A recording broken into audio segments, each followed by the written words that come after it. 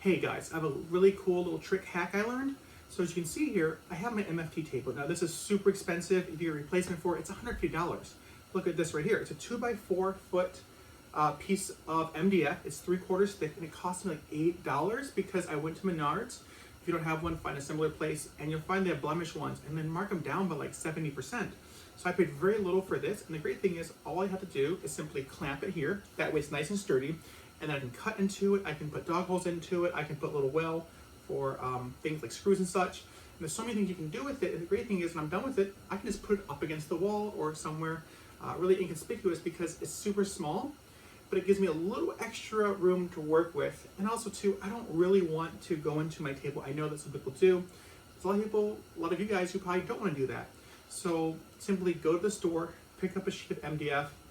Now you have an extension to your table. It's that simple. I hope this was informative and save you some money and makes you more productive. I'll see you guys in the next one.